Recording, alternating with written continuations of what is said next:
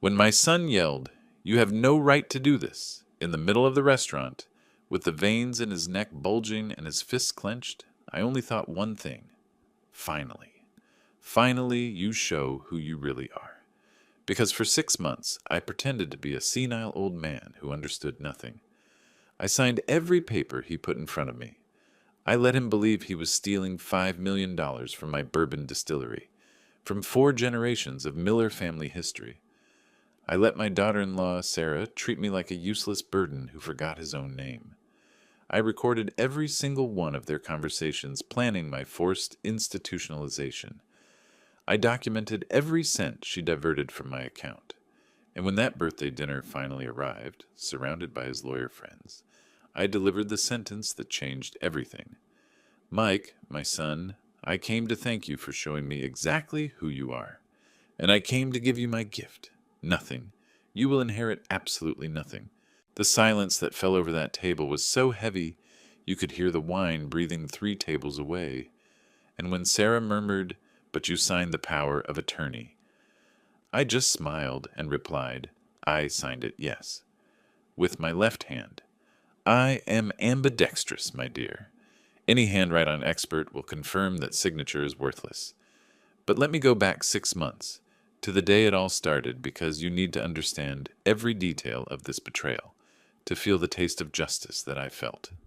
My name is Robert Miller. I'm 72 years old, and 6 months ago, I was sitting in my office at the Miller estate, out in the Kentucky bourbon country, when I heard my son and my daughter-in-law arguing in the next room. They did not know I was home. They had driven down from New York City without warning, using the key I had given them years ago for emergencies. I had returned early from Louisville. My doctor had canceled the appointment at the last minute, and when I parked the truck around back and came in through the kitchen door, I heard their voices coming from the living room. Instinctively, I stopped. Something in Sarah's tone froze me in my tracks, my hand still on the doorknob. "Mike, we cannot wait any more," she said, and the tone was of someone who had already argued this 1,000 times. "Your father is 72 years old. He could live another 10, 15 years at this pace.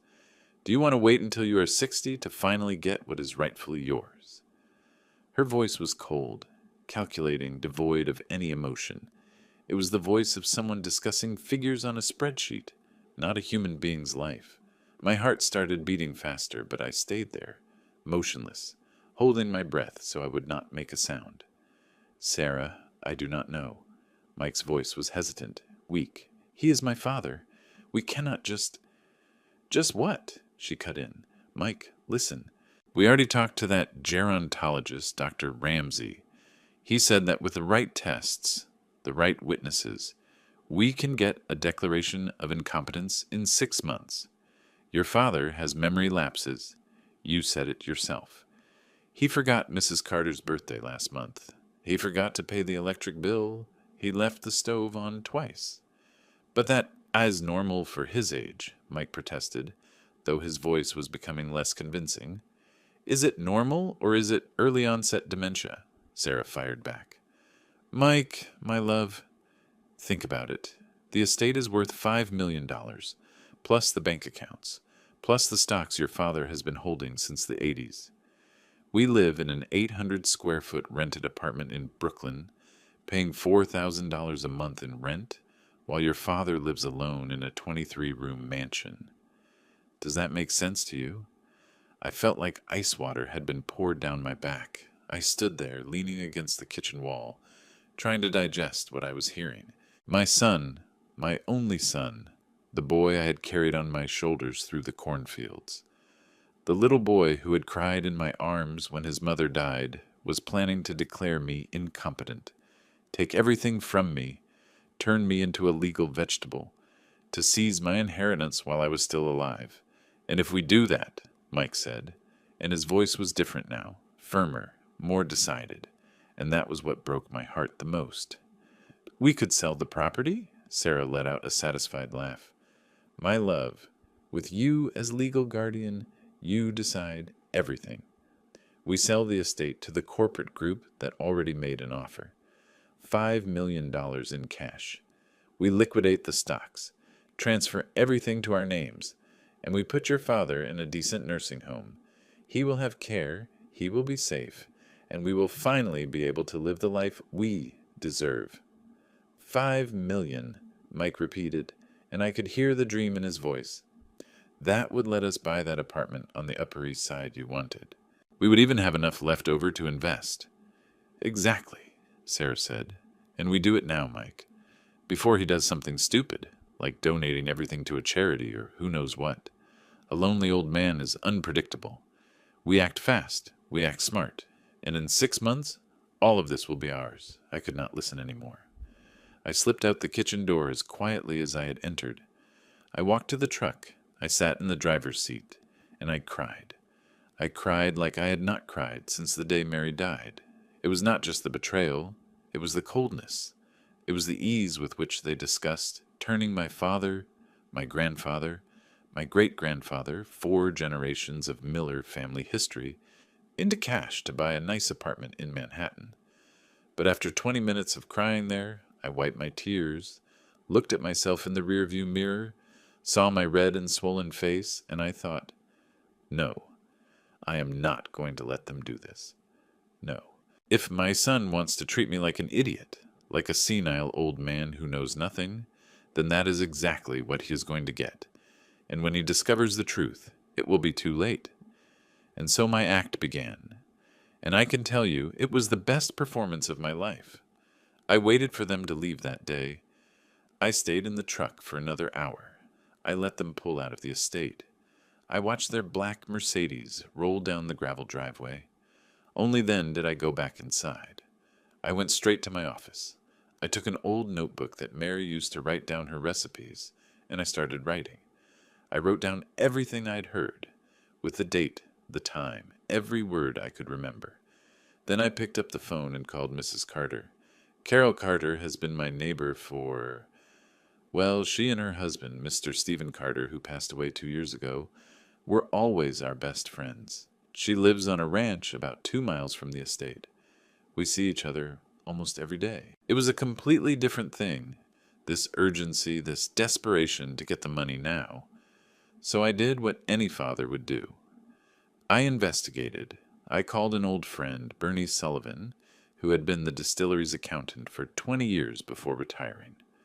Bernie had contacts in New York, people who worked in the courts, in registries, in places where information flows. I asked him to find out what Mike's real situation was. What he found out shocked me more than the conversation I had overheard. Mike was $100,000 in debt, spread across 6 different creditors. There were bank loans he had taken out using the rented apartment as collateral, which was technically illegal. There was credit card debt piled up over 3 years, and worst of all, there was a gambling debt, $30,000 to an offshore online casino. My son, the successful corporate lawyer, was drowning in gambling debts. Robert, Bernie told me when he came personally to drop off the documents, there is more. Sarah is in trouble too. Her architecture firm is bankrupt. She owes suppliers. She has labor lawsuits from former employees. And worst of all, she borrowed from loan sharks. Serious, dangerous people. How much does she owe? $20,000, and the interest is eating her alive. I understood everything in that moment. It was not just greed. It was desperation. It was panic. They did not want my money to live better. They needed my money to survive. And I, the rich old father living alone on the estate, was the perfect solution. But that justified nothing. In fact, it made everything worse. Because if Mike had come to me, if he had been honest, if he had said, "Dad, I messed everything up. I need help," I would have helped. I would have sold stocks. I would have loaned him the money. I would have done whatever was necessary. But he chose the path of lies. He chose to rob me instead of asking for my help. And that choice changed everything. 2 weeks later, Mike and Sarah returned. They called first, saying, "We are just coming to visit Dad." When they arrived, I was in the living room staring at the wall. I had left the television on a news channel, but I was sitting with my back to it, just staring into space. When Mike walked in, he called out, "Dad? Dad, are you okay?" I waited about 5 seconds before turning around slowly, with that vacant expression you see in people with Alzheimer's. "Mike? Mike, are you my son?" I made my voice tremble uncertainly. I saw the look Mike and Sarah exchanged. That quick glance evil people trade when things go exactly according to plan. It made me want to vomit, but I kept up the act. "Dad, it has been a while," Mike said, stepping closer. "We were worried. You did not answer the phone yesterday." "Phone?" I said, looking around in confusion. "What phone?" "Your cell phone, Dad. We called 3 times." "Oh, yes, the phone." I stood up slowly, as if my legs ached, and went to the kitchen. I picked up the cell phone resting on the table, fully charged, and stared at it as if I had never seen such a thing in my life. "Is this it?" Sarah covered her mouth, making that face of fake concern that bad actresses make. "Oh my God. Robert, do you feel all right? Do you want us to call a doctor?" "A doctor?" I repeated. "No, no, I am fine. Just a little tired. Do you want dinner?" Mary made casseroles. She always makes casseroles when you guys visit. The silence that fell was heavy. Mike turned pale. "Dad, Mom died 4 years ago." I blinked. I let the confusion take over my face. I brought my hand to my forehead. "Dead?" "No, no. She was here this morning. She was. Then I let my voice break. I let the tears well up. "Oh my God. Oh my God, it is true. She is gone. How could I forget? How could I forget that Mary is gone?" Mike hugged me, and for the first time in years, I felt my son hug me. But it was not a hug of love. I could feel it. It was the hug of someone who had just struck gold. "Calm down, Dad. Calm down. Everything is fine. We are here." That night, after a dinner where I had forgotten Sarah's name twice and confused New York with Chicago, I listened to them talking in the guest room. I had placed a voice recorder, one of those tiny ones you buy for $20 at any electronics store, hidden behind the nightstand. Mary always used to say that room had bad acoustics, but for recording, it was perfect. "Did you see?" Sarah was euphoric. "Mike, he is worse than we thought. He forgot that Mary had died. It is advanced dementia." "I know. I saw it." Mike sounded shocked, but also relieved. "But honey, we really should get him into treatment. Like a nice place with doctors. We will, my love. We will." Sarah spoke with that tone you use to calm a child. "But first, we need the guardianship. Tomorrow you call doctor. Ramsey, you make an appointment for the exams, and we start the process. The faster it gets done, the better. For his own good, Mike. It is for his own good." "For his own good," Mike repeated, but his voice sounded hollow.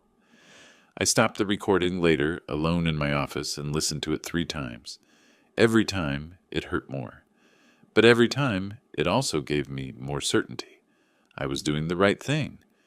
Very early the next day, before sunrise, I went to Louisville.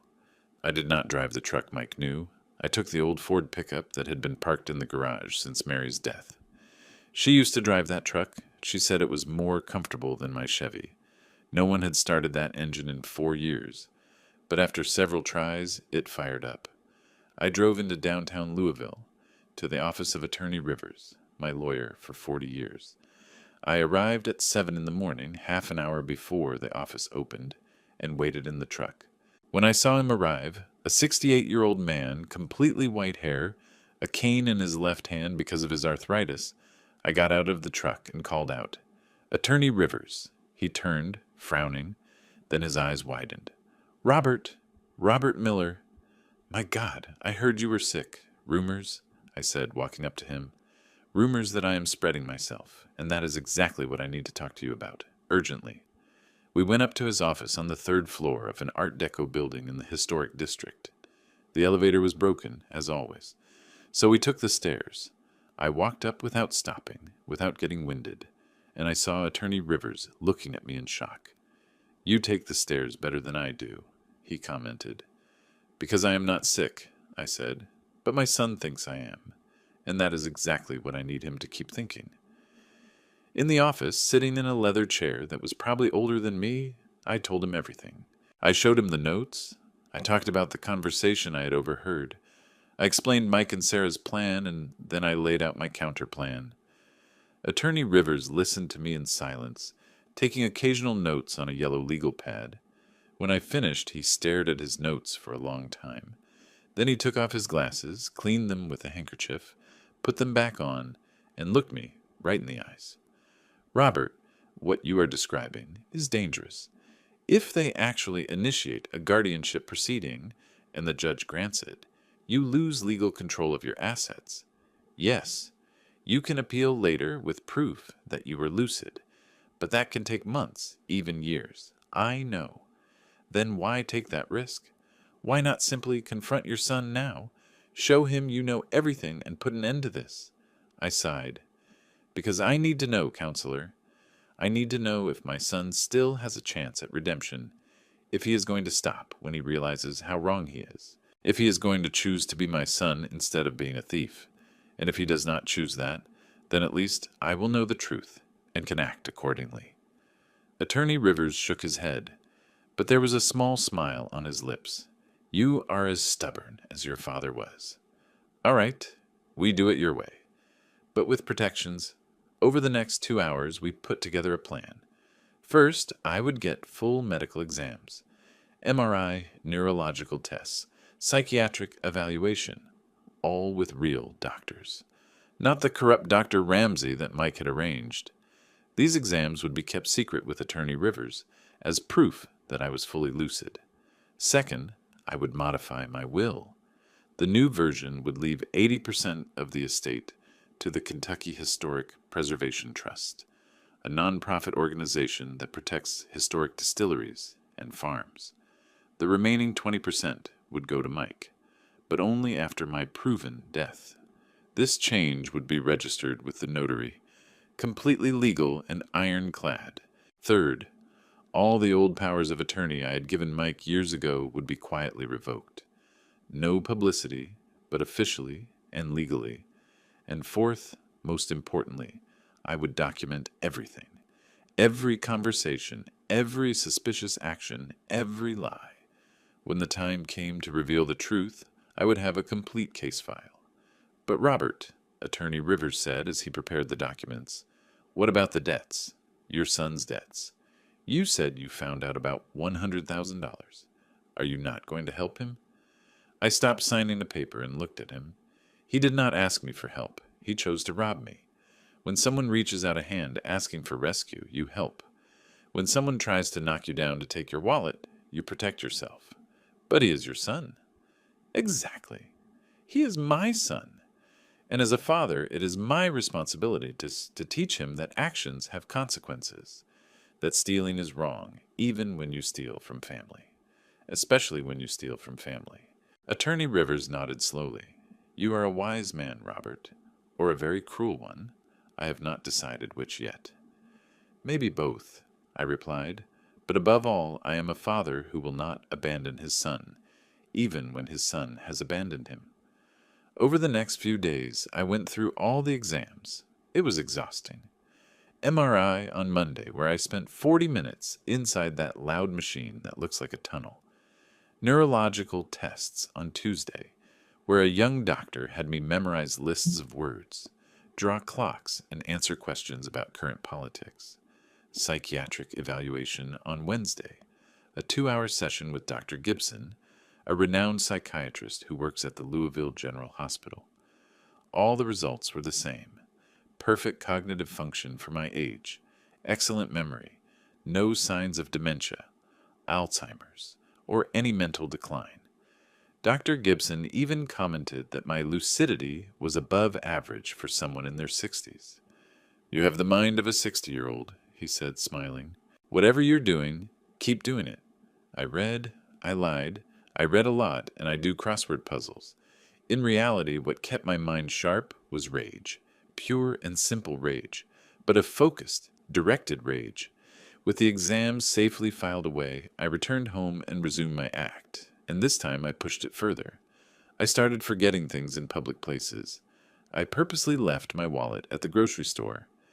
The owner, Mrs. Lewis, who has known our family for 3 generations, called me. worried. "Mr. Miller, you left your wallet here. Is everything all right?" "Oh, my wallet," I said, sounding confused.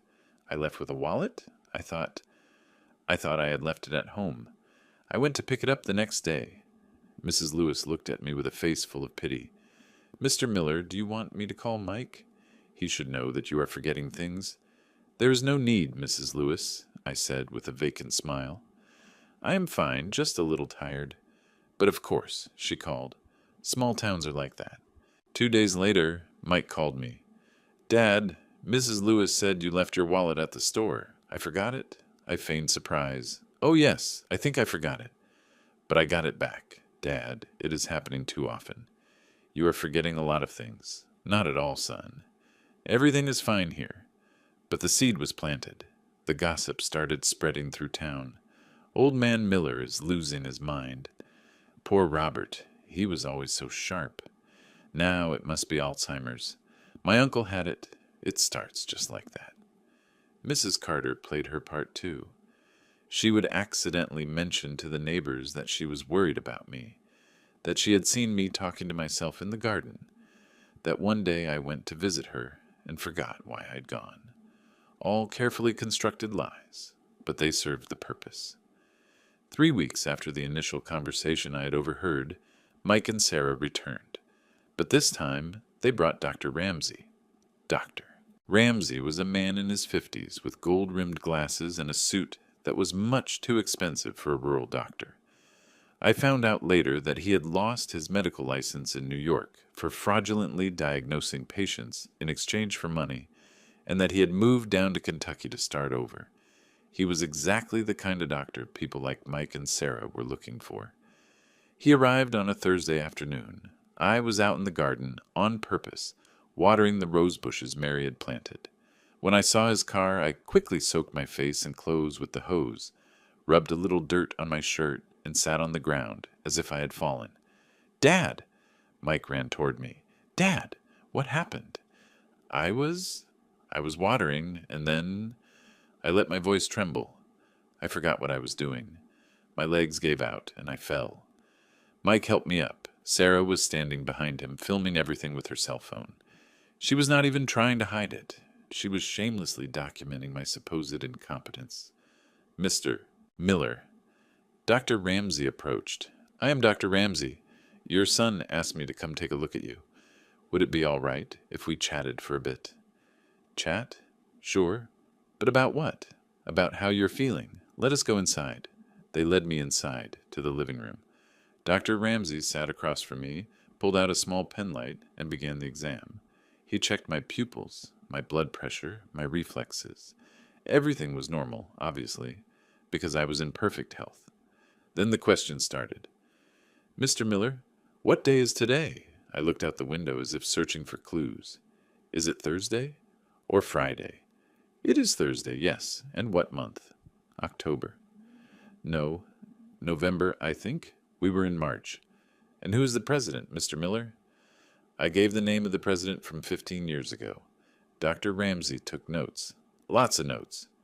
"Mr. Miller, I am going to show you some objects, and then I am going to ask you to remember them. All right?" He placed 3 objects on the table: a pen, a key, and a watch. "Look closely at these objects." I looked at them. He put the objects away. "Now can you tell me what those 3 objects were?" "There was a thing for writing." "A pencil." "A pen." "And what else?" "I do not remember." More notes. The exam lasted 40 minutes. 40 minutes where I failed every single test on purpose. I mixed up numbers. I forgot simple words. I demonstrated temporal and spatial disorientation. It was one of the hardest things I have ever done in my life, because my instinct was to answer everything correctly, to show that my mind worked perfectly. But I swallowed my pride and continued the charade. At the end, Dr. Ramsey discussed it with Mike and Sarah in the kitchen. They left the door slightly cracked. Amateurs. I stayed in the living room, pretending to doze off, but listening to every word. "Your father shows clear signs of senile dementia," the doctor said, and his tone was professional, convincing. "Temporal disorientation, short-term memory gaps, confusion with simple tasks. These are all classic indicators. Is it serious? Mike asked, and there was something in his voice. Sincere worry or just fear that I would die before he got the money? It is still in an early to moderate stage, Dr. Ramsey replied, but it will get worse. It always gets worse. In cases like this, I recommend constant supervision. He should not be living alone. Illegally. Sarah cut straight to the chase. Could you certify that he needs a legal guardian? A pause, short but significant. Yes. Based on what I observed today, I can provide a medical report recommending the declaration of incompetence. For his own good? Obviously. Obviously. Sarah nodded, and I could almost hear the smirk in her voice. For his own good. When they left, Dr. Ramsey shook my hand. Mr. Miller, we are going to take good care of you. Do not worry. I smiled vaguely, like a confused old man who does not understand what is happening, but inside I was making mental notes of every detail of this medical fraud. That night, I called Attorney Rivers. We have the fraudulent report. They are going to file for guardianship. Do you want me to prepare the defense? No, not yet. Let them file the paperwork. Let the judge review it. And when the time is right, we tear it all down. Robert, you are playing with fire. I know, but it is the only way to know how far they will go, and they went far, very far. A week later, I received the court summons. Proceedings for the declaration of incompetence initiated by Mike Miller against Robert Miller, alleging mental incapacity. Attached was Dr. Ramsey's report, 3 testimonies from local shopkeepers about my forgetfulness, and a petition requesting an urgent temporary guardianship. When Mike called me to explain, I played my part. You called me? What is this, son? It is a legal procedure, Dad, to protect you, to make sure no one scams you. See? Sign this so I can take responsibility for managing your affairs. Managing my affairs, I repeated like an echo. That is fine, son, if you think it is for the best. It is for the best, Dad. Trust me. Trust me. The words every traitor uses. The hearing was scheduled for 3 weeks later. Enough time for me to get everything ready. Enough time for them to dig their own grave even deeper. During those 3 weeks, something happened that almost made me abandon the entire plan. It was a rainy Tuesday. I was in the office reviewing documents with Attorney Rivers. He had come out to the estate so as not to arouse suspicion by meeting in Louisville. Then I heard a car in the driveway.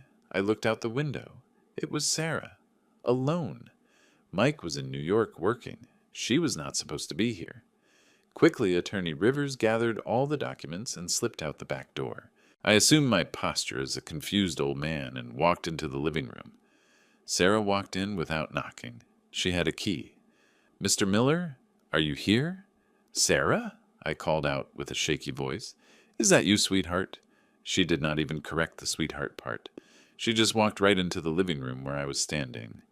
Hello, Mr. Miller. I came to visit. You are all alone. I am always alone now. That must be hard, she said. But the tone was mechanical, with no real emotion. Look, I brought some papers you need to sign. They are just formalities. For your own good. She placed a folder on the table. I opened it. They were powers of attorney. 3 of them, giving her and Mike complete control over my bank accounts, over the property, over everything. Does Mike know about these papers? I asked, keeping my voice confused. Of course. He was the one who asked for them. Sign right here, Mr. Miller. It will be quick. She pressed a pen into my hand, and it was in that moment that I saw an envelope sticking out of her purse, which was left half open on the chair. And on the envelope I could read part of what was printed. Oakwood Senior, Residence, Louisville. Reservation confirmed. Private room, $6,000 a month. They had already booked the nursing home. Before the guardianship was even approved, before I had signed anything, they had planned it all. Louisville, 60 miles away, a place where I would be forgotten, where no one from my current life could visit me easily, a place where I would just be another old man waiting to die. I looked at Sarah. She was smiling, waiting for me to sign, and I thought, no, enough. I am going to end this right now. But then I looked at the paper, I looked at the pen, and I had a better idea. I took the pen with my left hand and I signed it slowly, shaking. But I signed it. All done, I said. That is it. Her eyes lit up. Thank you, Mr. Miller. You did the right thing. You will be well taken care of now, I promise you. She snatched the papers up quickly, like someone terrified I might change my mind, and she left. She did not even really say goodbye. When her car disappeared down the driveway, I picked up the phone and called Attorney Rivers. She made me sign powers of attorney. Robert, you should not have... With my left hand. Silence. Then a chuckle. That is diabolical. No, I am cautious. And now we have one more piece of evidence of fraud. Any handwriting expert will confirm that signature is invalid. But Robert, if they try to use those powers of attorney before the hearing, I know. That is why you are going to alert all my banks right now. Any suspicious movement, they block it, they call me, and they document everything. That is what we did. And it worked. 5 days later, Thursday at 11:47 in the morning. I remember the exact time because I looked at my watch when the phone rang. The branch manager at the bank called me. Mr. Miller, we have a situation. Mrs. Sarah Miller just tried to transfer $50,000 from your checking account to an account in her name. Using a power of attorney, she says you authorized it. My heart raced. $50,000, a third of all the liquid cash I had. I authorized nothing. That document is fake. I am going to block the transaction immediately and trigger our anti-fraud protocol. Do you want us to contact the authorities? I thought quickly. If he contacted the police now, Sarah would be arrested. It would turn into a criminal matter. Mike would probably be implicated. The whole thing would end before the hearing, before I could confront them my own way. No, I said. Not yet. Block the transaction, document everything, but do not contact the police. Not yet? Mr. Miller, attempted bank fraud is a serious crime, I know. But trust me, I am going to handle this. I hung up the phone and sat there in my office, my hands shaking for real now, no acting required. $50,000. She had tried to steal $50,000. It was no longer abstract greed. It was no longer just some future scheme. It was outright, blatant, criminal theft. I called Mike. He answered on the third ring. Hey, Dad. Mike? My voice came out controlled, calm, completely without pretense. Where is Sarah? She is... Why do you want to know? Because she just tried to steal $50,000 from my checking account using a forged power of attorney. The bank blocked it. Silence. A long silence. Mike, did you know? Dad, I can explain. Answer the question. Did you know she was going to do that? No. Well, we talked about consolidating your accounts to make management easier for when the guardianship, for when you had robbed me of everything. You mean it is not theft, it is protection? Dad, you are sick. You need... I hung up. I could not listen to any more. 2 minutes later, he called back. I did not answer. He called again and again. 17 calls in 20 minutes. I ignored them all. Then Sarah called. I answered. Mr. Miller? Her voice was different, desperate. There was a misunderstanding at the bank. I was just trying to help, to organize your finances, and you tried to steal $50,000? It was not theft. It was a miscommunication. Mike said you wanted to consolidate the accounts, and I thought, you thought you could rob me because I am a senile old man who would not notice. It is not that. It is exactly that. And do you know what the worst part is, Sarah? It is not the money. It is that you made my son your accomplice. You turned my boy into a thief. Your boy is 46 years old and owes more than $100,000, she screamed, finally losing her composure. Your boy is drowning. We are drowning, and you are sitting in that estate with millions, while we cannot even pay our rent. Then ask for help Do not steal. We asked. We hinted 1,000 times, but you never notice anything. You live in your little world of bourbon and memories while your son drowns. You never asked for anything, I said, and my voice was colder than it had ever been. You planned to rob me. There is a difference. Go to hell, Mr. Miller. And she hung up. I stood there, the phone in my hand, digesting what I had just heard. The mask had completely fallen off. Sarah had shown who she really was. And worse, she had confirmed that Mike knew about the debts.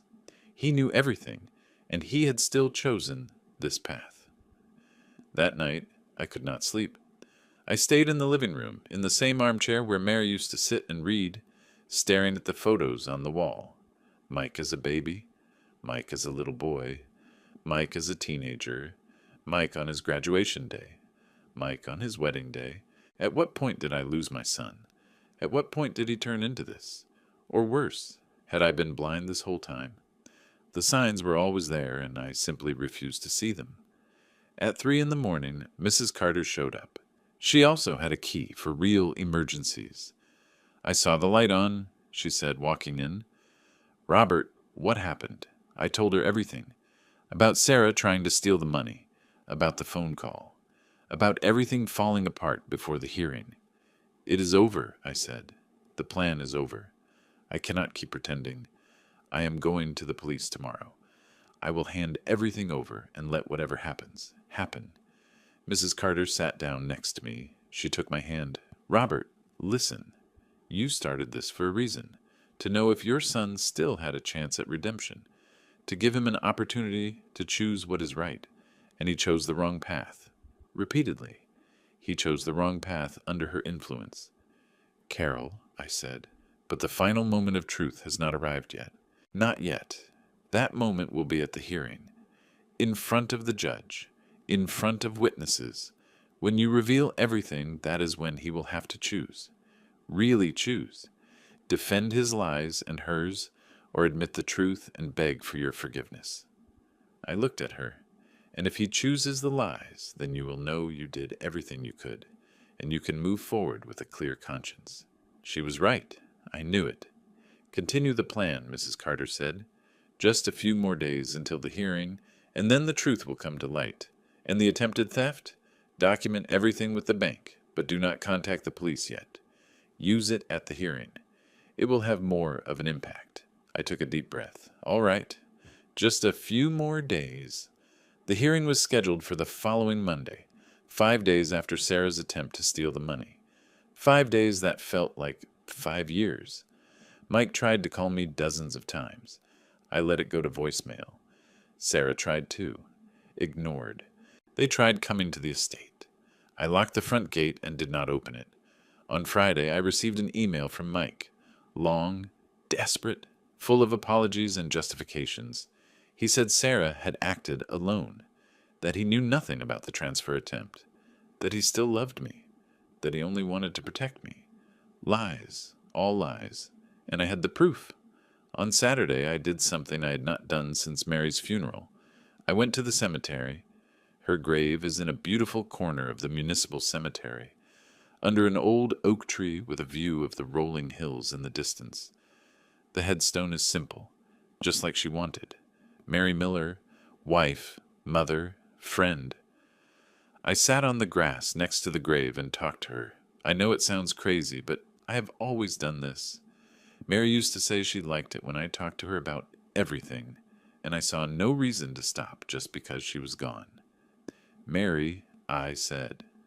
That is what I called her when we were alone. Our son is lost, and I do not know if I can save him. I tried my way with this crazy plan, but maybe it was all a mistake. Maybe I should have been honest from the beginning. Maybe I should have confronted him when I heard that first conversation. The wind rustled the leaves of the oak tree.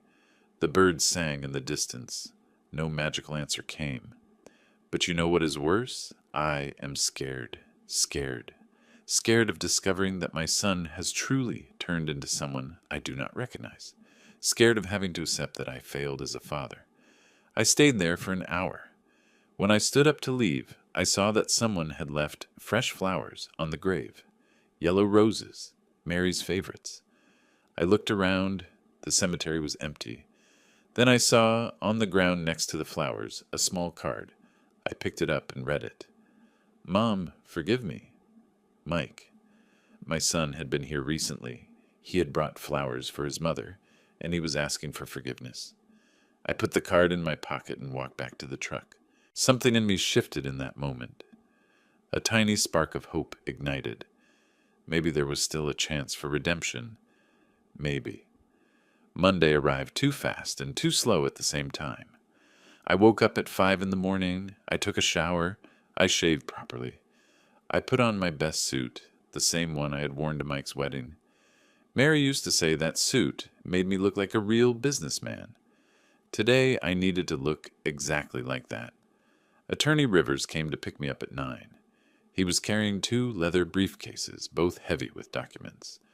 Ready? He asked. No, but let us go anyway. The hearing was at the Louisville Family Court, an imposing 19th century building, all gray stone with Doric columns at the entrance. We arrived at 9:30, half an hour before the scheduled time. Mike and Sarah were already there with their lawyer, Attorney Foster, a heavy-set man in his 50s, with advanced balding and a coffee-stained suit. Doctor. Ramsey was with them, too, holding his briefcase with the fraudulent report. When Mike saw me, he stood up from his chair. Dad. I walked right past without looking at him. I entered the courtroom with Attorney Rivers. I heard Sarah whisper behind me. He looks different. The courtroom was smaller than I expected. About 20 chairs for the public. The judge's bench elevated on a dais. 2 tables for the lawyers. The walls were lined with dark wood paneling. There was an American flag in one corner, and the state seal on the wall behind the judge. The judge was the same one from the preliminary hearing. Judge Mercer. A man in his 60s, gold-rimmed glasses, a stern but not cruel expression. He walked in right at 10. All rise, the bailiff announced. We stood up. The judge sat down and gestured for us to sit as well. He picked up the case file, leafed through it quickly, then looked up. Case number 2024-12-47. Petition for declaration of incompetence of Robert Miller, filed by Mike Miller. Attorney Foster, you may present your case. Mike's lawyer stood up. He straightened his papers and cleared his throat. Your Honor, I come before you today on behalf of my client, Mike Miller, who finds himself forced to take a painful but necessary measure, requesting the declaration of incompetence of his own father. He paused dramatically. Amateur, Robert Miller, 72 years old. Widower, lives alone on an isolated property. In recent months, he has shown clear and progressive signs of senile dementia, frequent forgetfulness, temporal and spatial disorientation, confusion between living and deceased persons, inability to handle simple daily tasks. He placed documents on the judge's desk. Here is the report from Dr. Ramsey, a respected gerontologist, who examined Mr. Miller and certified moderate to advanced dementia. We also have testimonies from local shopkeepers and neighbors, all concerned for Mr. Miller's safety and well-being. Attorney Foster turned to look at me, and his voice turned honeyed, condescending. No one here wants to strip Mr. Miller of his dignity. On the contrary, we want to protect him, to ensure that he receives the proper care, that his estate is managed responsibly, that he can live his final years in safety and comfort. Final years, like I was dying. That is why we ask your honor to grant guardianship to Mr. Mike Miller, a devoted son who only wants the best for his father. He sat down. Mike was staring at the table, not at me. Sarah was looking at me with that face of fake concern. Attorney Rivers, the judge said, does the defense wish to make a statement?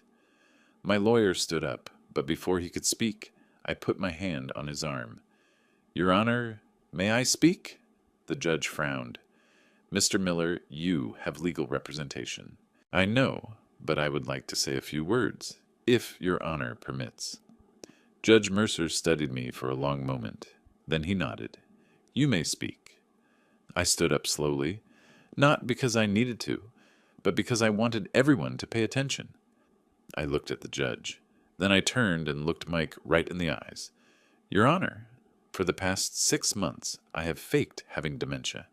Intentionally, consciously, I faked forgetting things. I faked being confused. I signed papers with my left hand to invalidate them, even though I am right-handed. And I did all of this for one very simple reason. A pause. The silence in the courtroom was absolute. Because 6 months ago I heard my son and my daughter-in-law planning to force me into guardianship, declare me incompetent, sell my property, and lock me up in a nursing home 60 miles from here. And I needed to know if my son still had a chance at redemption, if he was going to stop when he realized what he was doing, if he was going to choose to be my son or choose the money. Mike turned white. Sarah opened her mouth, but no sound came out. Your Honor, I continued, turning back to the judge, I have proof. Audio recordings of conversations, authenticated transcripts, emails regarding the sale of the property, medical reports from 3 different neurologists certifying that I do not have dementia of any kind, and evidence of attempted fraud. I opened my briefcase and began placing documents on the judge's desk, one by one.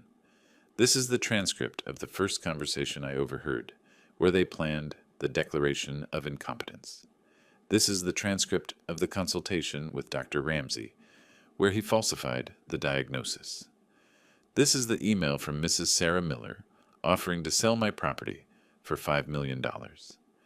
This is the reservation she made at the Oakwood Senior residence in Louisville, before this hearing even took place. And this, I placed the final document down with a sharp thud, is the report from the bank regarding Mrs. Sarah's attempt to transfer $50,000 from my account using a forged power of attorney. The silence now was different, heavy, deadly. Attorney Foster had stood up, his mouth open, trying to speak. Your Honor, this is inadmissible. There is no way to prove. There is, Attorney Rivers said, standing up as well. Each of these documents is duly authenticated, sealed, registered, and I can present additional witnesses, including the doctors who examined Mr. Miller and certified his full mental capacity. The judge leafed through the documents, his expression becoming increasingly stern. Then he looked at Dr. Ramsey. Doctor, do you have anything to say? Dr. Ramsey had turned red. I did an exam based on what I observed. If the patient was faking symptoms, I had no way of knowing. You are a gerontologist, doctor. You should be able to tell the difference between real and faked dementia. Silence, and the judge continued. Picking up another document, I see here that you lost your license in New York City in 2019 for fraudulently diagnosing patients in exchange for payment. Is that true? Dr. Ramsey did not answer. He did not need to. The answer was written all over his face. The judge turned to Mike and Sarah. And you too. Attempted procedural fraud, falsification of a power of attorney, attempted extortion. He shook his head. You understand these are serious crimes. Mike finally looked up, and what I saw there broke my heart. It was not anger. It was not defiance. It was shame. Pure and absolute shame. Your Honor, Mike said, and his voice was broken, I have no excuse. What I did is unforgivable. Sarah grabbed his arm. Mike, shut up. Do not say anything. But he pulled away from her. He stood up, walked to the center of the room, and looked at the judge. Then he looked at me. Dad, he said, and the tears were streaming down his face. I turned into a monster. It was not Sarah. It was not the debts. It was me. I chose this. I chose the money. I chose to betray you. My heart was beating so fast I thought everyone in the room could hear it. I do not deserve your forgiveness, Mike continued. I do not deserve to be called your son. I was going to rob you, lock you up in a nursing home, sell the house where Mom died, all for money, for a damn apartment in Manhattan. He fell to his knees right there in the middle of the courtroom. Forgive me, please, Dad. I'm not asking for the inheritance. I'm not asking for money. I'm only asking for your forgiveness. The judge watched everything in silence. Sarah had turned pale. Attorney Foster was gathering his papers, clearly wanting to get out of there as fast as possible. I looked at my son crying on his knees, shattered, and I made the hardest decision of my life. I got up from my chair and walked toward him slowly. Every step seemed to weigh a ton. When I got close to him, I knelt down too. I put my hands on his shoulders and I said, "Mike, my son, you have been forgiven since the very first day. I just needed to know if there was still hope for you, and I just found out that there is." We hugged right there on the floor of the courtroom, while the judge waited patiently, while Sarah watched with rage, while everyone present witnessed a father and a son finding each other again. When we finally separated and stood up, the judge cleared his throat. "Well," he said, and there was something that sounded like emotion in his voice, "I believe this case is closed. Petition for declaration of incompetence denied. Mr. Robert Miller is obviously in full possession of his mental faculties. As for the other matters," he looked sternly at Sarah, "I'm going to forward this file to the district attorney for a criminal investigation. Falsification of documents, attempted fraud, procedural fraud. You are all subject to criminal prosecution." Sarah stood up. "This is absurd. I did not do anything. It is all a misunderstanding." "Ma'am," the judge said coldly, "I suggest you get a criminal defense lawyer. You are going to need one. Court is adjourned." We walked out of the courthouse, Mike and I together, Attorney Rivers right behind us. Sarah stayed inside, yelling at her lawyer. On the courthouse steps, Mike stopped. "Dad, what now?" "Now," I said, "you choose. You stay on her side and face the consequences together. Or you stay on my side, help me clear everything up, and we rebuild what was broken." He did not hesitate. "On your side? I always should have been on your side." "Then come on. We have a lot of work ahead of us." And so, that day in March, on the steps of a courthouse in Louisville, I started to get my son back. But the story does not end there, because 3 months later, there would be another dinner, a birthday dinner, the dinner where everything you already heard took place, the dinner where I revealed the 80% donation, where Sarah stormed out, furious, where Mike finally chose his true path. Let me tell you what happened in those 3 months between the hearing and that dinner. The first week after the court date was chaotic. Mike moved back to the apartment in Brooklyn, but without Sarah. She went to her mother's house in Connecticut, screaming that everything was my fault, that I had manipulated Mike, that she was the victim. The second week, Mike came to the estate, not to visit, but to stay. "Dad," he said, standing in the doorway with 2 suitcases, "can I stay here for a while? I need to get away from everything. To think, to fix my life." "This is your home, son. It always has been." He settled into his old room, the same one where he had slept as a boy. The walls still had the baseball posters he had taped up when he was 14, the desk where he had done his homework, the bed where Mary used to tuck him in every night. The first few days were awkward. We did not know how to talk to each other. 50 years of history between us, and suddenly we were like strangers. We ate breakfast in silence.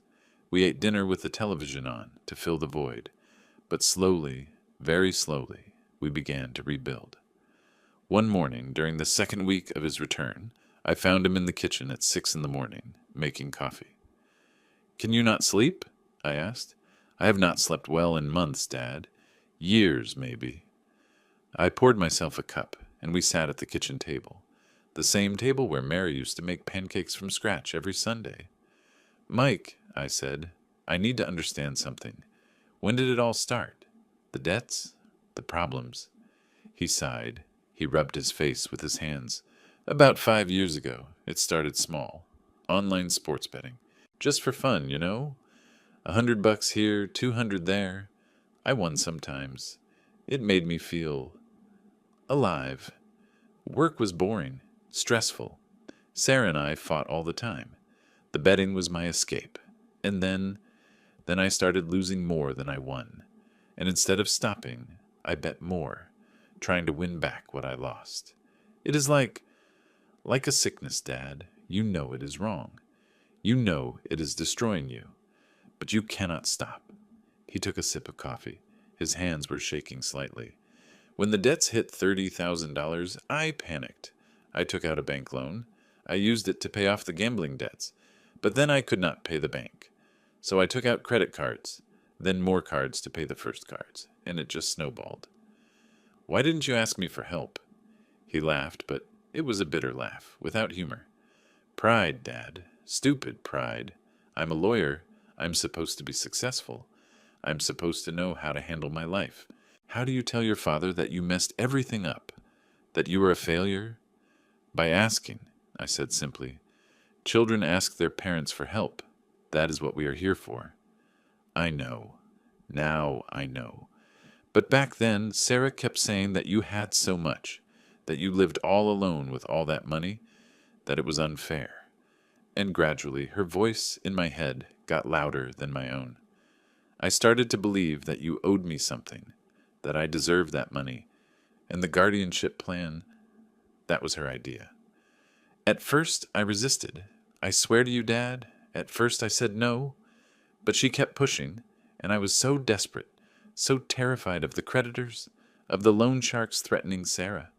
Little by little, she convinced me that it was for the best, that you would be well taken care of, that it was for your own good. But you knew it was a lie. He lowered his head. Yes, deep down I knew, but I lied to myself.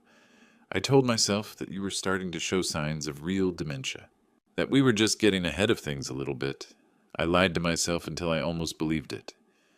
We sat in silence for a while. The sun was starting to rise over the cornfields.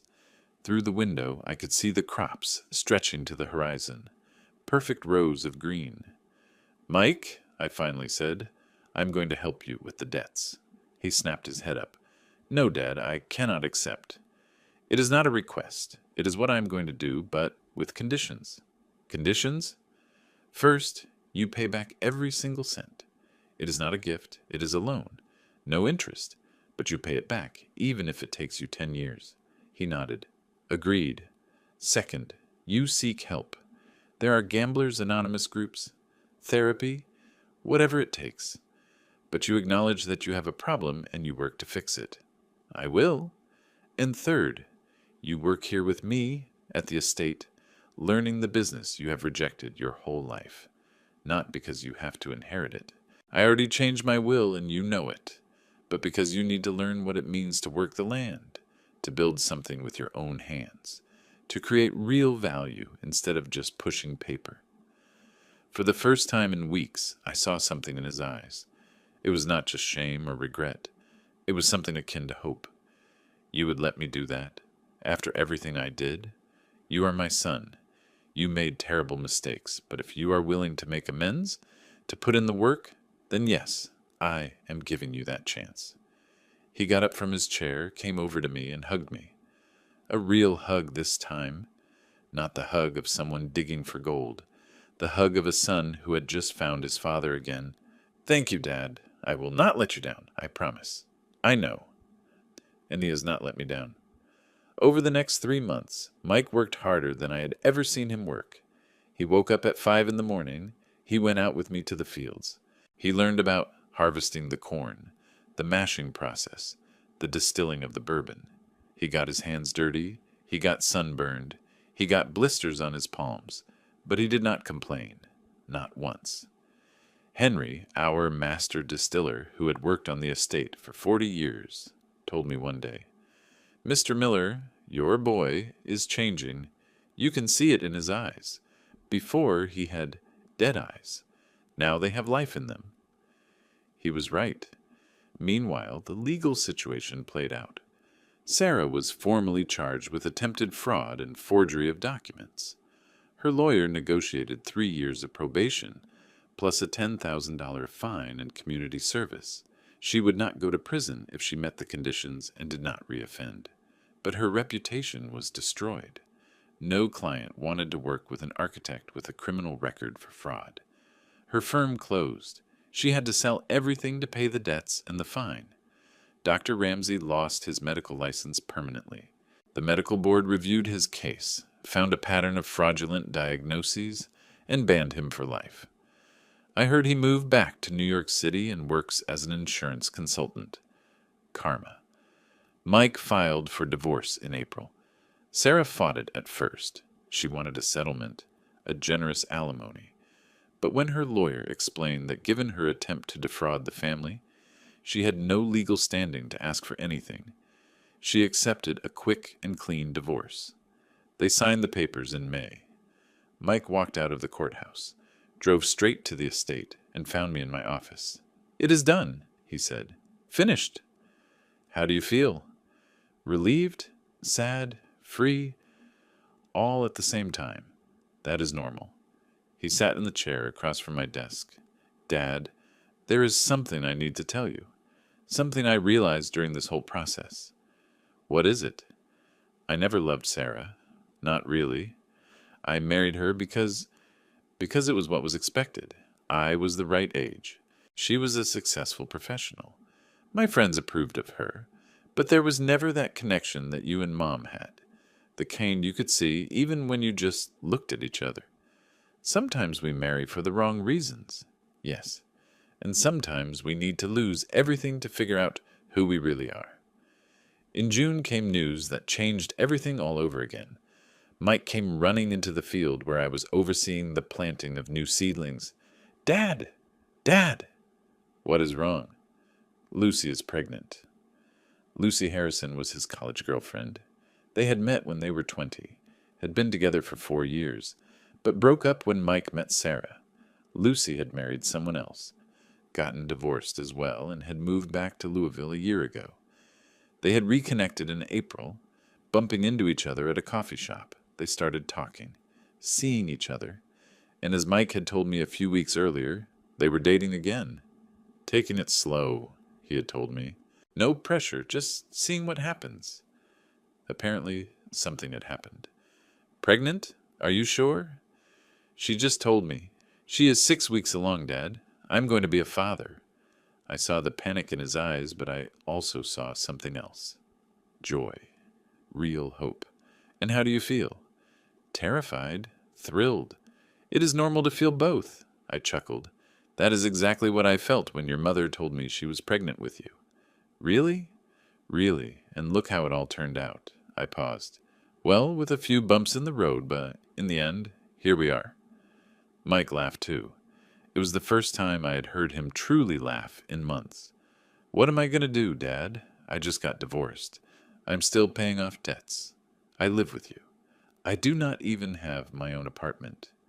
You are going to do what men have done for millennia. You are going to step up. You are going to work hard. You are going to be responsible. And you are going to love that baby with all your heart. And you? How do you feel? How do you feel about being a grandfather?" I smiled. "Son, that is the best thing you have told me in years." In July, I decided to do something I had been considering since the court hearing. Something big. I called Mike into my office on a Friday night. "Sit down," I said. "I need to talk to you about something important." He sat down, looking worried. "What is it? Are you okay?" "I'm perfectly fine. This is about the will." "Dad, we already talked about this. I understand that you changed the will. I understand that 80% goes to the trust, and that is fine. It is the right thing to do. After what I did—" "Shut up and listen," I said, but with affection. "I have been thinking. You did something very few men have the courage to do. You got down on your knees in front of a judge, in front of strangers, and admitted your mistakes. You asked for forgiveness. And then, most importantly, you have spent 3 months proving that your remorse was real. I'm trying. You are not trying. You're doing it. You work harder than any employee I have ever had. You wake up before the sun. You are learning the business not because you have to, but because you want to. You go to therapy. You attend your Gamblers Anonymous meetings. You are paying your debts, and you are going to be a father. Where are you going with this?" "I want to change the will again." Mike turned pale. "Dad, you do not have to." "I do not have to do anything. I want to. Here is my proposal. 50% goes to the trust. That guarantees the estate will never be sold or destroyed. It will be preserved for future generations. The other 50% is yours. Yours and your daughter's. Daughter? How do you know it will be a girl? Miller women are strong. We need more of them in this family. It is a gut feeling. Mike had tears in his eyes. Dad, I do not deserve... Let me decide what you deserve. You are my son. You made mistakes. You paid for them. And now you are building a new life. That is what matters. Now, do not say you do not know what to say. Just say yes. Yes, thank you, Dad. And so we reached August, to Mike's 47th birthday, and the famous dinner. Mike wanted something small, just a few close friends, colleagues from his new job at a small law firm in Louisville, where he had started working part-time, supplementing his work at the estate. But he had invited 2 of his old friends from New York City, corporate lawyers like he used to be, friends who had known Sarah, who had been at his wedding, who knew nothing about what had happened. We booked a table at the Distillery, a nice restaurant in town that specializes in traditional Kentucky food and bourbon pairings. We arrived early. Mike, Lucy, who was already showing a little baby bump, Mrs. Carter, and me. Mike's friends arrived 15 minutes later. The dinner started off well. Laughter, stories, good memories. I ordered a bottle of our best aged bourbon from the barrel Mary had picked out before she died. A toast, I said, raising my glass. To my son, Mike, to his 47 years, to the lessons learned, the mistakes overcome, and the future he is building. Everyone toasted. Mike looked at me with gratitude. But then one of his friends, Rick, said, "Hey, Mike and Sarah, why didn't she come? Is she still mad that you moved to Kentucky?" The silence fell over the table. Mike took a deep breath. Sarah and I got divorced. What? When? 3 months ago. Damn, brother, what happened? And Mike, my brave son, told the truth. All of it. The debts, the guardianship plan, my acting, the court hearing, everything. His friends listened with their jaws on the floor. When he finished, Rick said, "I cannot believe that Sarah, that all of that happened." "Believe it," Mike said, "and believe me when I say it was the worst and the best thing that ever happened to me. The worst because I hit rock bottom, the best because I finally woke up." That was when I decided to make my announcement. I stood up from the table and lightly tapped my glass with a knife to get everyone's attention. "Excuse me, everyone. I have something to say." Mike looked at me in confusion. "Mike, my son," I said, "I came to thank you for showing me exactly who you are, and I came to give you my gift." I pulled an envelope out of my jacket and placed it in front of him. "Open it." With shaking hands, he opened the envelope. He pulled out a document. He read it, his eyes widening. "Dad, this is the new will. 50% for the trust, 50% for you and your daughter. Registered, legal, final." He stood up from his chair. "Dad, I do not know what to say. Do not say anything yet, because I am also going to tell you this. That 50% comes with conditions. You cannot sell the estate. You must work it, maintain it, preserve it. You must learn the whole business, and you must teach it to your daughter, just as I am teaching you now." "I will, I promise. I know." And that was when I said the words that opened this story. "I came to thank you for showing me exactly who you are, and I came to give you my gift." Because in that moment, in that restaurant, surrounded by friends and family, Mike finally understood the true meaning of inheritance. It is not money. It is not property. It is responsibility. It is legacy. It is the weight and the honor of continuing something bigger than yourself. And now, 6 months after it all started, 3 months after that dinner, my life is completely different. Mike comes to the estate every weekend. Sometimes he stays the whole week. He and Sarah are officially divorced. It was fast, with no fighting. She did not even fight for a settlement in the end. She just wanted to be done and move on. Sarah moved to Chicago. I heard she works at a small construction company, in an administrative role. Nothing glamorous, nothing like the firm she used to have. She completed her community service teaching basic design classes to at-risk youth. Maybe, just maybe, some of that taught her humility. I do not know. She is no longer a part of our lives. Dr. Ramsey disappeared from the medical map. His disbarment was published in the official registry. Any future patient who searches his name will find his history of fraud. Working as an insurance consultant is probably the best he can hope for now. Actions have consequences.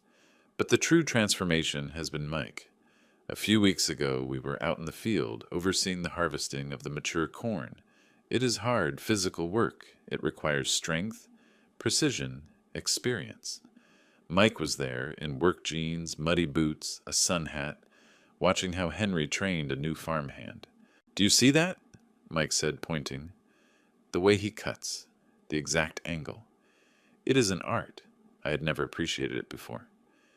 "Because you never took the time to look," I said. "You are right. I was so busy trying to escape from this to be someone else that I never saw what we had right here." He looked at the fields stretching to the mountains, the deep blue Kentucky sky, the perfect rows of crops shining in the sun. "Dad, when I was a kid, I hated this place. I thought it was boring, backwards.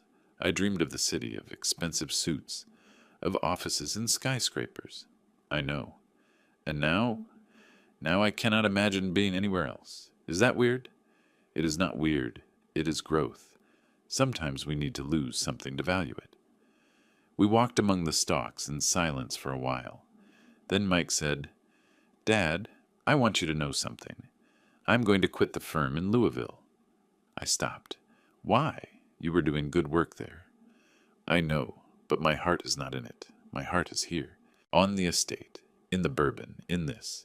He gestured, taking it all in. "I want to work with you full time. Learn everything. From planting to distilling to marketing.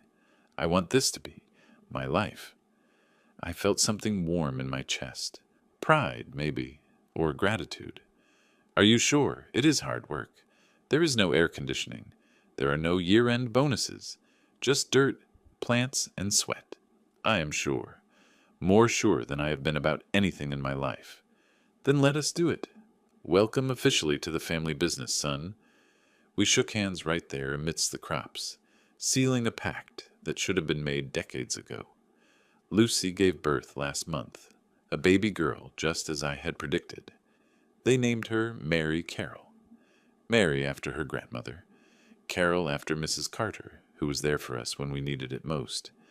I was at the hospital when she was born. Mike came out of the delivery room with tears streaming down his face, holding this tiny bundle wrapped in a pink blanket. "Dad, let me introduce you to your granddaughter." I took that tiny creature into my arms. She had Mary's eyes, the same shape, the same color. It was like seeing my wife again, reborn. "Hello, Mary," I whispered. "I am your grandpa, and I have so many things to teach you." Mike and Lucy got married 3 weeks later. Nothing big, just a small civil ceremony at the town courthouse, followed by a lunch at the estate with 30 people. Mrs. Carter, Henry and his family, a few cousins and close friends. Lucy is an elementary school teacher. She teaches 4th grade at a public school in Louisville. She is sweet, smart, and she does not care about money. When Mike told her the whole story of what had happened, her only question was, "Are you seeking help? Are you working on yourself?" When he said yes, she replied, "Then we can build something together." That is real love. Not the kind Sarah faked, the real kind that forgives, that builds, that endures. They live now in the foreman's house on the estate. We renovated it, painted it, filled it with new furniture. It is small compared to what Mike was used to. Only 3 bedrooms. But Lucy made it a home. Mary Carroll's room is painted pale yellow, her grandmother's favorite color. Mike painted the walls himself. He hung a star mobile over the crib. He put up shelves for the books he plans to read to her every night. "I want her to grow up differently than I did," he told me while installing the mobile. "I want her to know the value of hard work, to understand that family is more important than money. That legacy is not what you leave behind, but how you live. Then teach her that. I will, and you will help me. Every day until my last day. The business is thriving. Mike turned out to have a good eye for marketing. He redesigned our labels, modernized our social media presence, connected with new distributors across the country. Sales have tripled, not because the bourbon is different, but because we are finally presenting it correctly to the world. Dad, he said last week, during our weekly business meeting, I have a proposal. Tell me. I want to create a special line, limited edition. We will call it Miller's Legacy. We will use only the oldest, sweetest mash, double distilled, aged in French oak barrels for a minimum of 4 years. We will only make 500 bottles a year. Premium price. And the market? The market is there. There are people willing to pay for real quality, for real history. Each bottle will come with a card telling our story. 4 generations, the tradition, the legacy. I like it. Do it. His eyes lit up. Seriously? Seriously. It is your business now, too. Make decisions. And so slowly I am loosening the reins, not because I have to. At 72, I am still strong. I can still work, but because I want to. I want to see my son flourish. I want to see what he builds. 2 nights ago, after dinner, Mike and I sat on the porch of the estate, drinking bourbon and looking at the stars. Dad, he said after a long silence, I never thanked you properly. For what? For the plan. For faking dementia. I know it was risky. I know it could have gone wrong in 1,000 different ways. But you gave me something no one else could have given me. What is that? A chance to choose. You could have just confronted me when you heard that first conversation. You could have cut me out of your life immediately. But you did not. You gave me space to show who I really was. And when I showed the worst of myself, you still gave me a chance at redemption. You are my son. Parents do not give up on their children. Many do. Then many are wrong. Look, Mike, you made mistakes. Huge mistakes. But the measure of a man is not if he falls. It is if he gets back up. And you got back up. Only because you helped me. I held the ladder, but you climbed the steps. We drank in silence. The Kentucky sky was full of stars. No light pollution, no buildings blocking the view. Just the infinite universe stretching out above us. Dad, when Mary Carol gets older, we will tell her this story. What do you think? I think so, but not as a shameful secret, as a lesson about how we can all lose our way, about how pride and desperation can make us do terrible things, but also about how there is always a way back if we are willing to take it. Then tell it to her with all the details, the good parts and the bad parts, especially the bad parts, because the bad parts are the ones that teach. And now I am writing this 6 months after it all began. 6 months that changed everything. If you had told me a year ago that my son would try to rob me, that I would have to fake dementia, that we would end up facing off in court, I would not have believed it. But if you had told me that, at the end of it all, I would get my son back, that I would have a granddaughter, that our business would be stronger than ever, I would not have believed that either. Life is strange like that. The darkest moments sometimes lead to the brightest dawns. Last night, while I was rocking Mary Carol to sleep, I sang her the same song that Mary used to sing to Mike. Sleep, my little girl. Sleep, my sunshine. Sleep, peace of my heart. Mike was standing in the doorway, watching. When I finished, he said, Mom is watching you, Dad, and she is smiling. I know, son, I know.